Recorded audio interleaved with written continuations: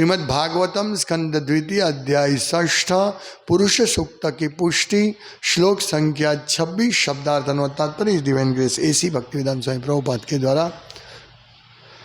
नामधेयानि मंत्राश्च दक्षिणाश्च व्रतानि च देवतानुक्रमः कल्पः संकल्पस्तंत्रमेव च। शब्दार्थ नामधेयानि देवताओं के नामों का आह्वान,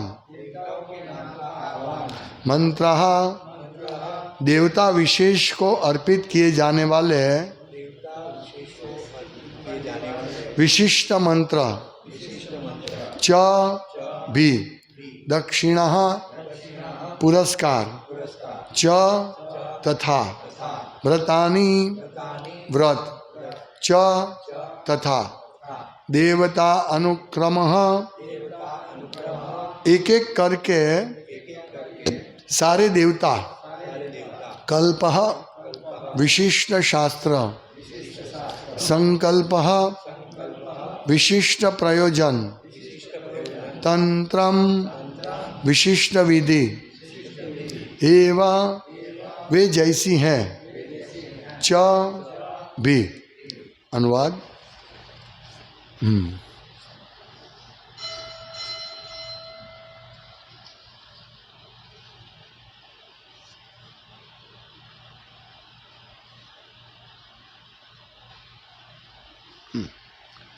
यज्ञ की अन्य आवश्यकताओं में देवताओं का विभिन्न नामों से विशिष्ट मंत्रों तथा दक्षिणा के व्रतों द्वारा आह्वान सम्मिलित है।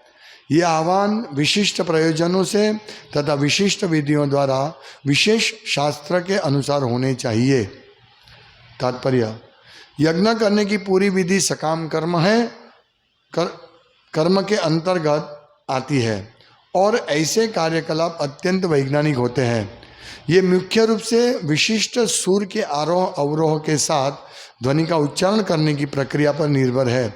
यह एक महान विज्ञान है, किंतु 4000 वर्षों से काम में न लाए जाने तथा योग्य ब्राह्मणों के अभाव के कारण ऐसे यज्ञ कृत्य अब प्रभावपूर्ण नहीं रह गए। नहीं इस पतित काल में इनकी संस्तुति की जाती है। इस युग में प्रदर्शन के रूप में किया जाने वाला ऐसा यज्ञ चालक पुरोहितों द्वारा मात्र ठगी का कार्य है। चालक पुरोहितों द्वारा मात्र ठगी का कार्य है। अतएव यज्ञों का ऐसा दिखावा कभी भी स्तर पर प्रभावशाली नहीं हो सकता। सकाम कर्म भौतिक विज्ञान द्वारा और कुछ हद तक स्थूल भौतिक सहायता द्वारा संपन्न किए जाते हैं, किंतु भौतिकतावादी लोग शब्दोच्चारण की विधि में सूक्ष्मतर प्रगति की प्रतीक्षा में हैं, जिस पर वैदिक मंत्रों की स्थापना हुई है। स्थूल भौतिक विज्ञान मानव जीवन के वास्तविक उद्देश्य को नहीं बदल सकता। हाँ, वे जीवन की समस्याओं का हल किए बिना कृत्रिम आवश्यकताओं में वृद्धि अवश्य कर सकते हैं।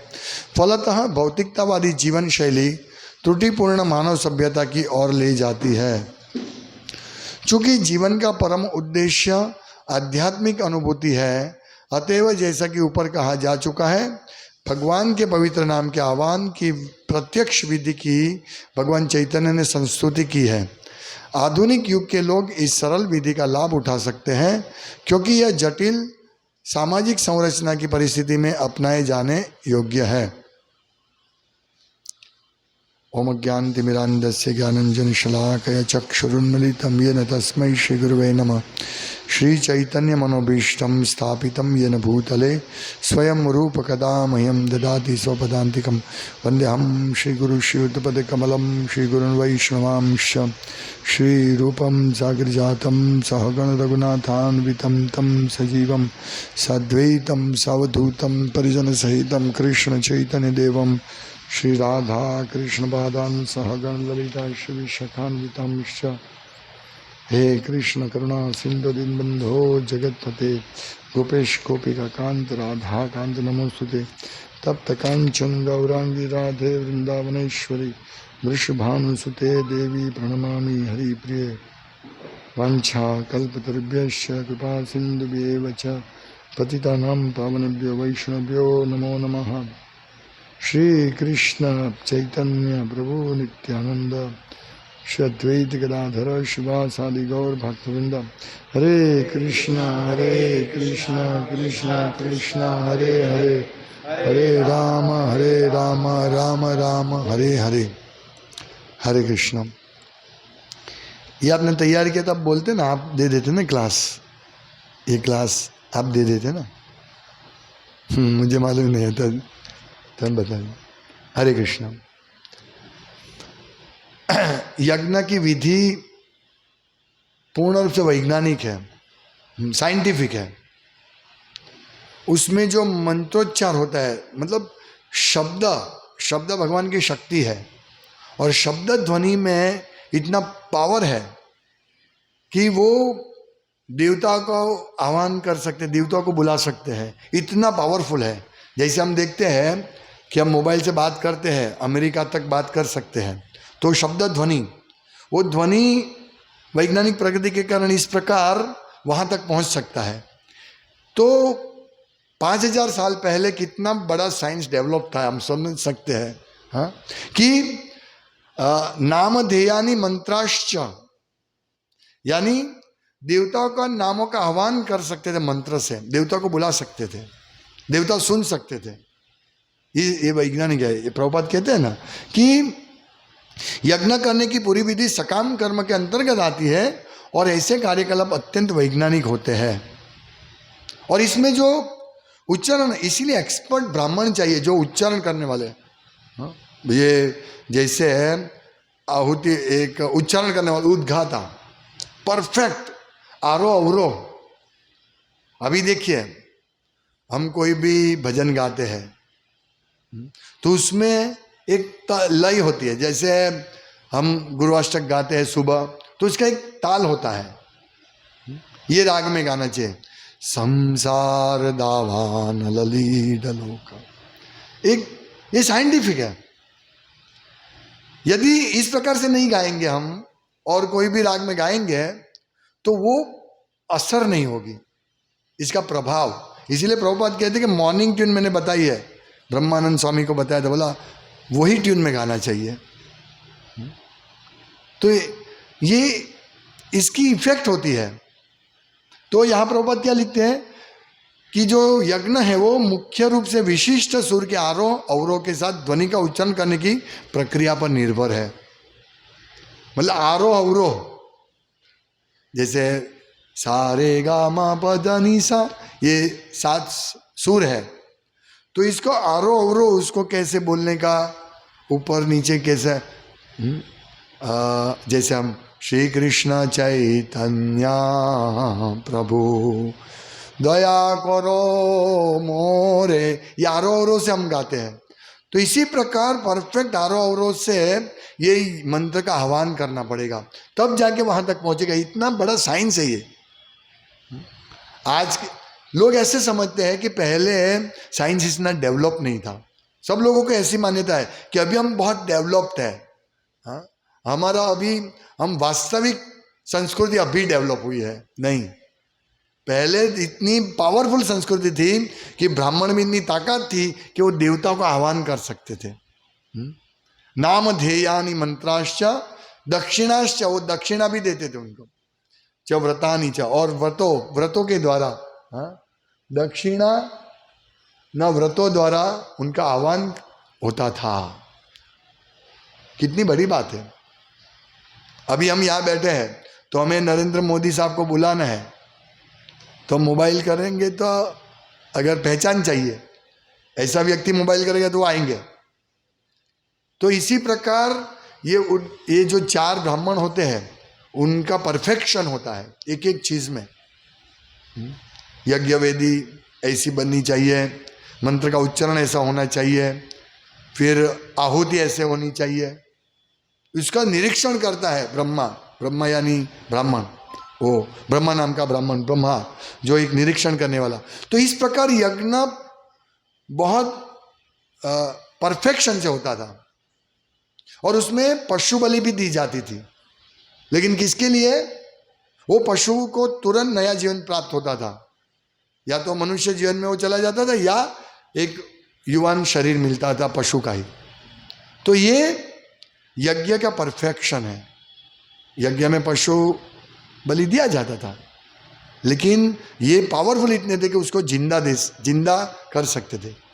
लेकिन 4000 साल के बाद से पहले की बात है, भगवान के जाने के बाद ये फिर यज्ञ में इतने एक्सपर्ट ब्राह्मण नहीं रहे, लेकिन वो यज्ञ करते और पशु बलि भी देते थे, लेकिन पशु को जिंदा नहीं कर सकते थे।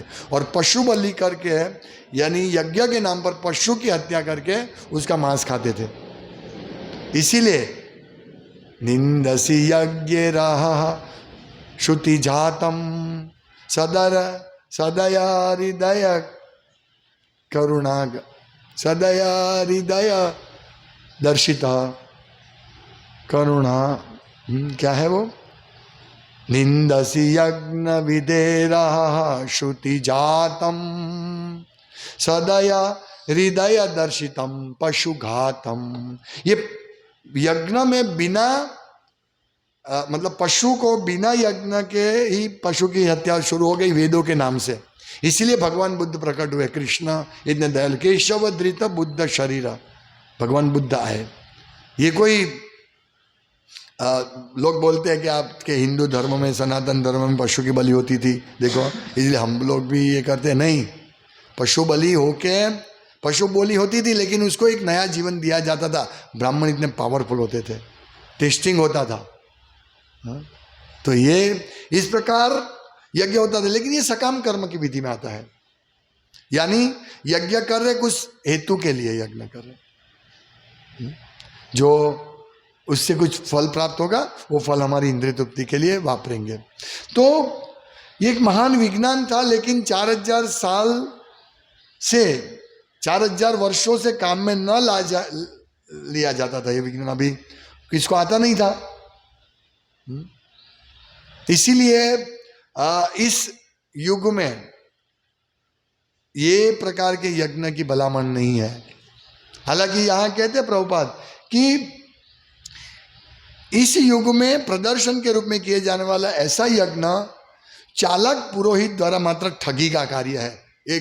एक लाइन में हम समझ सकते हैं कि जो ब्राह्मण ठगते हैं, यज्ञ ऐसे नहीं होता है। यज्ञ उच्चारण होता है देवताओं का, आह्वान होता है देवताओं का नामों का। हम देखते हैं ऐसे यज्ञ जिसमें साक्षात देवता भी, इंद्र चंद्र ये सब देवता आते थे यज्ञ में। युधिष्ठिर महाराज के समय में आते थे। इवन जन्मेजय उनके पुत्र, अपने परीक्षित महाराज के पुत्र जन्मेजय ने भी यज्ञ किया था, सब देवता का आह्वान किया था। और उसमें ऐसा उन्होंने सभी सर्प का विनाश करने का यज्ञ किया था। तो ऐसा पावरफुल थे कि ब्रह्मा जी, अरे उसमें इंद्र की आहुति, वो जो सर्प जो ये तक्षक नाग था, वो इंद्र के सिंहासन पे चिपक गया था। तो वो सिंहासन के साथ उसको खींच लिया था। फिर ब्रह्मा जी आके बंद करवाए, यज्ञ बंद करो, इससे कोई लाभ नहीं होगा। ऐसा यज्ञ होता था। आज के लोग तो सोच भी नहीं सकते कि हमारे पूर्वज इतने पावरफुल थे। हम जो अब लोग बोलते हैं सनातन धर्म क्या है, ये सनातन धर्म है। ये सनातन धर्म है कि उसमें यज्ञ ऐसा किया जाता था कि वो लोग आते थे। आज तो सनातन धर्म के नाम से लोग सब अपना अपना कार्य करते रहते हैं। वास्तविक सनातन धर्म ऐसा था कि वो, लेकिन आज अभी यज्ञ अभी प्रभावशाली नहीं रहा। कहा अतएव से यज्ञों का दिखावा कोई भी स्तर पर प्रभावशाली नहीं हो सकता। किसी को उसमें रुचि नहीं है, भाई यज्ञ करवा ना, यज्ञ करवा लो, ऐसे एक विधि समझते हैं। लेकिन इसमें इतना पावर था कि देवताओं और स्वयं विष्णु प्रसन्न होते थे ऐसे यज्ञ करने से, क्योंकि सब देवता को यज्ञ का मूल हेतु विष्णु प्रसन्नता थी। यज्ञ, भगवान विष्णु का एक नाम है यज्ञ, तो यज्ञ स्वयं विष्णु प्रसन्न होते थे ऐसे यज्ञ करने से। लेकिन आज तो हम देखते हैं कौन सा यज्ञ हो रहा है, विष्णु की प्रसन्नता के लिए कोई यज्ञ नहीं हो रहा है। और देवता भी प्रसन्न कहाँ होते हैं, देवता तो रूठ जाते हैं। ऐसी कितनी बीमारी आती है, अतिवृष्टि, अनावृष्टि, कोरोना, कितनी बीमारी आती है, भूकंप, एक्सीडेंट। तो ये प्रभावशाली नहीं हो सकता है। जो वैज्ञानिकों ने भौतिक चीजें हमें दी है, प्रभुपाद लिखते हैं कि ये जो इस प्रकार से यज्ञ होता था, सब सुखी होते थे इसमें। ये ब्रह्मा जी भी यज्ञ करते हैं, सब प्रजा सुखी होती थी। ये सूक्ष्म, ये मंत्र यानी सूक्ष्म भौतिक विज्ञान। ये मंत्र शब्द ध्वनि पे काम करता है। अच्छी तरह मंत्र देंगे तो ये भी विज्ञान है, लेकिन इसके जानकार अभी कोई नहीं है। तो इसलिए प्रभुपाद कहते हैं स्थूल भौतिक विज्ञान मानव जीवन के वास्तविक उद्देश्य को नहीं बदल सकता। ये सूक्ष्म और स्थूल यज्ञ, सूक्ष्म और स्थूल भौतिक विज्ञान है। लेकिन अभी ये ज्ञान किसी को मालूम नहीं है, किस प्रकार से मंत्र का उच्चारण करे। ये ज्ञान लुप्त हो गया है, क्योंकि सिखा जाता है। पहले गुरु अपने शिष्य को सिखाता था, वो शिष्य फिर गुरु बन के अपने शिष्य को सिखाता था। ऐसे परंपरा से इस प्रकार ज्ञान मिलता था। और जो काष्ठ, अरणी काष्ठ, उसको घिसने से, मंत्र बोलने से उसमें से अग्नि प्रकट होता था। आज कोई नहीं घिस सकता। हाँ, जो भी एक विज्ञान है ये भी। आज तो कोई ऐसा अग्नि नहीं प्रकटा सकते, ऐसा अग्नि प्रकट करवाना पड़ता है यज्ञ के लिए। आज तो दिवासरी कपास माचिस से यज्ञ कर देते। हाँ, अरणी, अरणी ऐसा लग है। हाँ, आहो आहो होता उद्घाता अध्वर्य और ब्रह्मा। तो जिस पर वैदिक मंत्रों की स्थापना, स्थूल भौतिक विज्ञान मानव जीवन के वास्तविक उद्देश्य को नहीं बदल सकता। ये यज्ञ करने से यदि हम कृष्ण को प्रसन्न करने, विष्णु को प्रसन्न करने के अलावा कुछ और करेंगे तो हमारा जीवन का वास्तविक उद्देश्य बदल जाएगा। इसीलिए कहते हैं कि आज का जो स्थूल विज्ञान है वो क्या करता है, प्रभुपाद कहते हैं कि हमारे दुखों को, हमारी समस्याओं को हल किए बिना हमको आवश्यकता में वृद्धि करते, कृत्रिम आवश्यकता में वृद्धि करते। सब कृत्रिम आवश्यकता बढ़ गई है। कार की आवश्यकता नहीं थी, हमारे बैलगाड़ी इतना जरूर अच्छा था कि बैल भी काम में आता था। आज बैल कत्ल खाने में जाता है। कृत्रिम आवश्यकता, एक कार कृत्रिम आवश्यकता है। आराम से बैलगाड़ी में सब लोग जाते, सुखी थे, कोई एक्सीडेंट नहीं, कुछ इतना हाईवे बनाने की आवश्यकता नहीं है, तो कुछ दूर जाने की आवश्यकता ही नहीं होती थी। क्योंकि आज तो हम इंपोर्ट एक्सपोर्ट करते हैं। देखिए कृत्रिम कितना हो गया है, इंपोर्ट एक्सपोर्ट करते हैं। उस समय कोई इंपोर्ट एक्सपोर्ट की आवश्यकता नहीं। एक गांव था और आजू बाजू थोड़े गांव थे और एक बड़ा गांव था, नगर जैसा था। उसमें सब कुछ अवश्य, आजू बाजू वाले छोटे गांव से सब बेचने आते थे। जो भी जरूरत आवश्यकता थी, सब आवश्यकता पूर्ण होती थी। आज हम डिपेंडेंट है चाइना के ऊपर।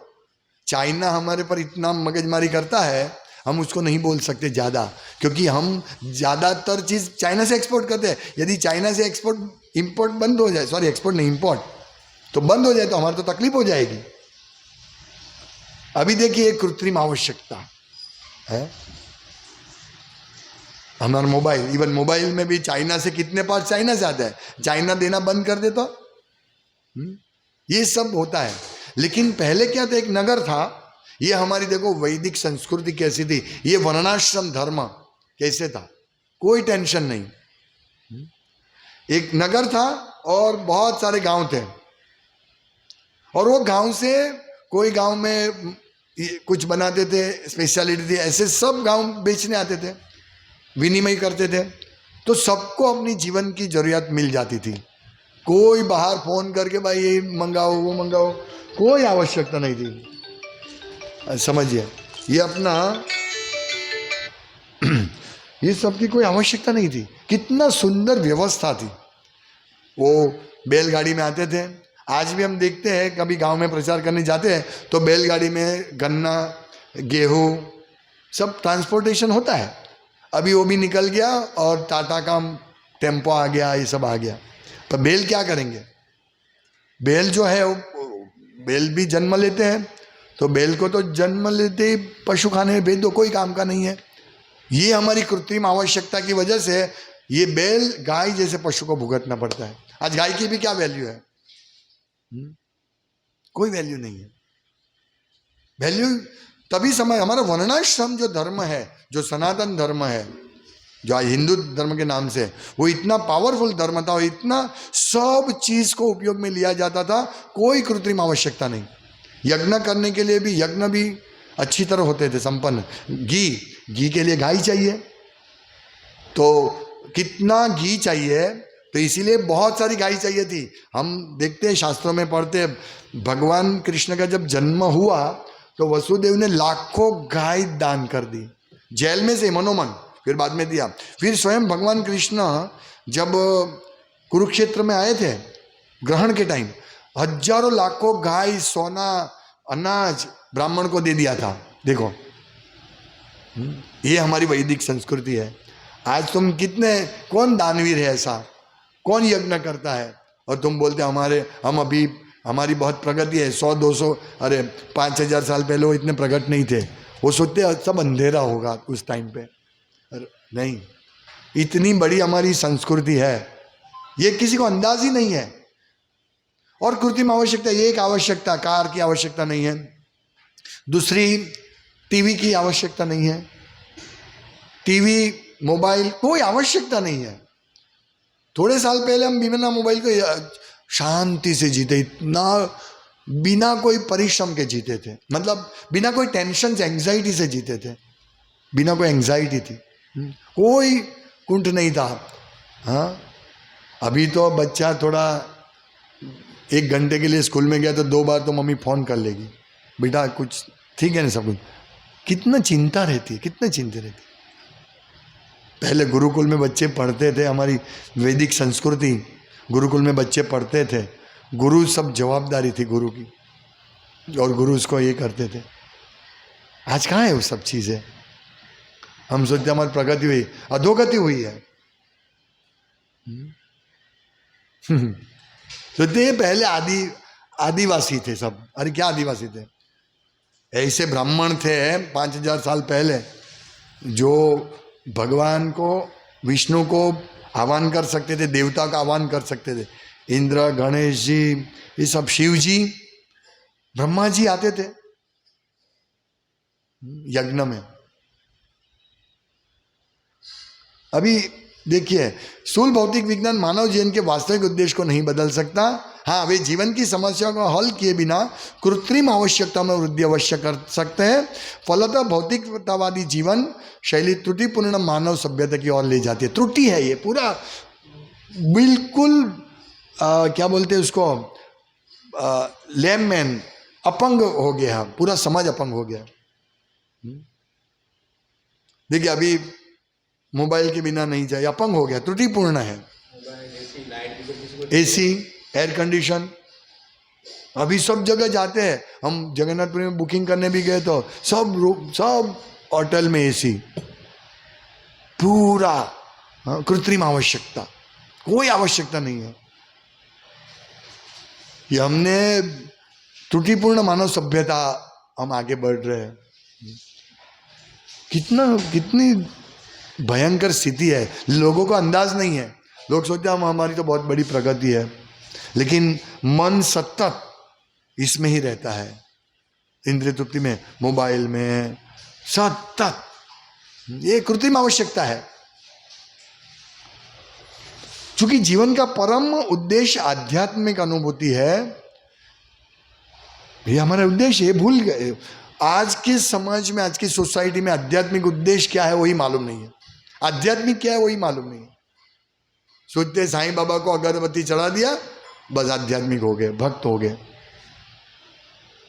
किसी भी देवताओं को कैसे भी पूजा कर ली, आध्यात्मिक। जैसे अभी गणेशोत्सव चल रहा है, हम अपने हिसाब से गणेश जी के सामने गेम खेलेंगे, गणेश जी के सामने बड़े ऊंचे आवाज से स्पीकर बजाएंगे, उस आजू बाजू वाले शराब पिएंगे, सोचते हम धार्मिक हो गए। यह स्पष्ट लिखा है कि ये त्रुटिपूर्ण समाज है, आध्यात्मिक अनुभूति कोई प्राप्त नहीं करता। आध्यात्मिकता क्या मालूम ही नहीं है, कोई सिखाने वाला नहीं है। ये हमारा सनातन धर्म की हालत हो गई है।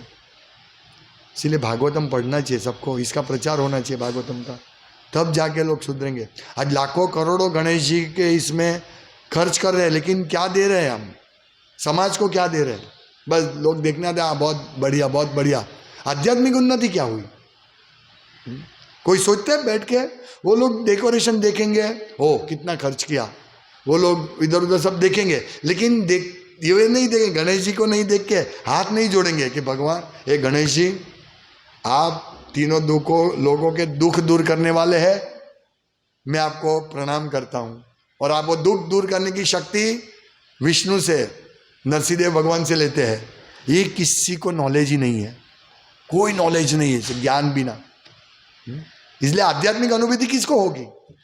गणेश जी को एक एंटिटी समझते, एक है यहाँ पर मूर्ति खड़ी है, बस वो वहाँ उनका गणेश जी का दर्शन करने में किसी को रुचि नहीं है। आजू बाजू क्या है, लाइटिंग, डेकोरेशन, उसमें सब देखते हैं। मेन गणेश जी जो हम क्यों गणेश जी की स्थापना करते हैं, हाँ पिक्चर का गीत बजाते हैं और सब चीज़ें डालते हैं।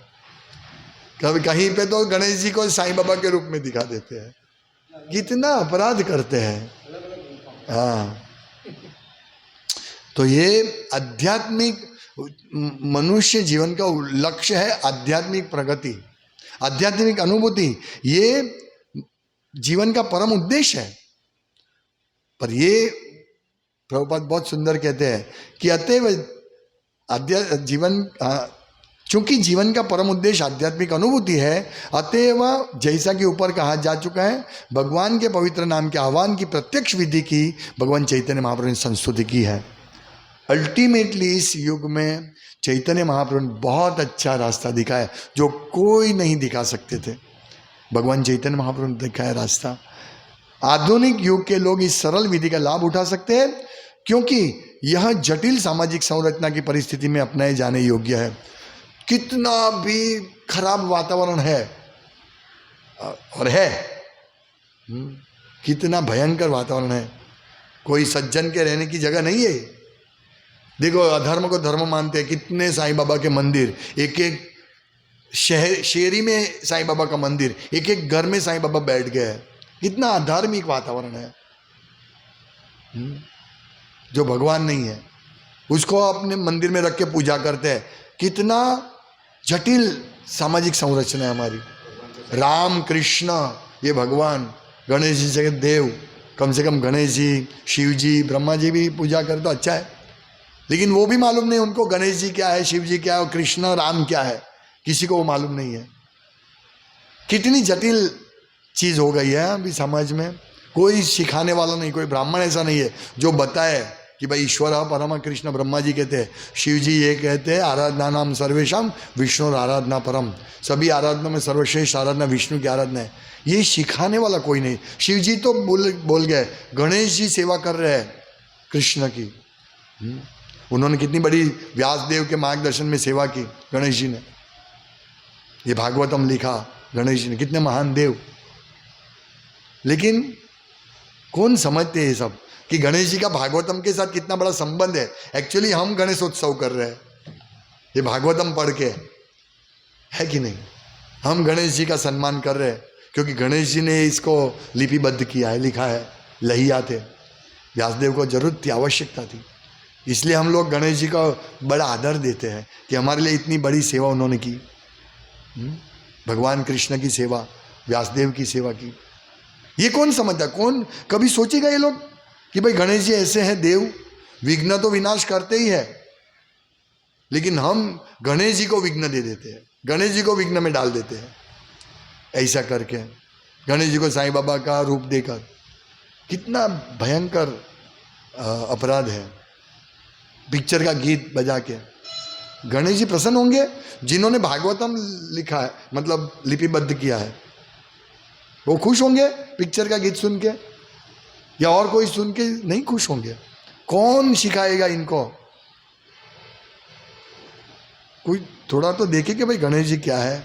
इसीलिए इसीलिए इस युग में हरि नाम संकीर्तन, हरे कृष्णा कृष्ण कृष्ण हरे हरे, हरे राम राम राम हरे। और इस मंत्र से हम गणेश जी को प्रसन्न कर सकते हैं, क्योंकि गणेश जी देखेंगे ओ ये भक्त आया, कृष्ण भक्त आया, वो भी कृष्ण भक्त है गणेश जी, नरसिंहदेव भगवान के शिष्य है गणेश जी, और आध्यात्मिक जगत में भी गणेश जी है। हरे कृष्ण, वो कितनी महान सेवा करते हैं भगवान कृष्ण की, ये डिपार्टमेंट उनका है विघ्न विनाश करने का। लेकिन हम ये समझते नहीं है, ये आध्यात्मिक अनुभूति किसको नहीं होती है। गणेश जी को देख के हमें ये तुरंत ये प्रार्थना करनी चाहिए कि ये गणेश जी आप तीनों लोग का विघ्न विनाश करते हैं, आपके कुंभ पर भगवान विष्णु के चरण कमल धारण करके आप ये करते हैं, तुरंत ये होना चाहिए, तो हम तुरंत रिस्पेक्ट आदर देंगे। तो भक्त, कृष्ण भक्त सबका आदर देता है, सब देवताओं का, और सब देवता कृष्ण भक्त से प्रसन्न होते हैं। ये कृष्ण भक्त देवताओं की इंडिविजुअल पूजा नहीं करते, फिर भी सिर्फ कृष्ण की पूजा करके, सिर्फ हरिनाम संकीर्तन करके 33 करोड़ देवता को प्रसन्न कर सकता है। शिव जी प्रसन्न, ब्रह्मा जी प्रसन्न, इंद्र प्रसन्न, चंद्र प्रसन्न, सब प्रसन्न हो जाते, गणेश जी प्रसन्न हो जाते हैं बिना उनकी पूजा किए, सिर्फ हरि नाम संकीर्तन। इसीलिए जब हम लोग फेस्टिवल में शिव जी के मंदिर में जाके जोरदार कीर्तन करते हैं, शिव जी बहुत प्रसन्न होते हैं। वो महान वैष्णव है, वैष्णवानाम यथा शंभु। ये सब साइंटिफिक है। हम कृष्ण कॉन्शियसनेस मूवमेंट हमारी साइंटिफिक मूवमेंट है, और इस बड़ा साइंस है हरिनाम कीर्तन में, वो दिव्य ध्वनि शब्द, दिव्य शब्द ध्वनि है हरे कृष्ण महामंत्र। तो हमें इस परिस्थिति का लाभ लेना चाहिए, इस कलयुग का इस प्रकार से लाभ लेना चाहिए, नहीं कि कलयुग बढ़े ऐसा कार्य करे, कलयुग कम हो ऐसा कार्य हरिनाम संकीर्तन। हरे कृष्णा। श्रीमद् भागवतम की जय, श्रील प्रभुपाद की जय। वांछा कल्पतरुभ्यश्च कृपा सिन्धुभ्येव च पतितानां पावनेभ्यो वैष्णवेभ्यो नमो नमः। दन्ते निधाय तृणकम्पद्यो निपत्ये कृत्वा च काकुशतमेतदहं ब्रवीमि।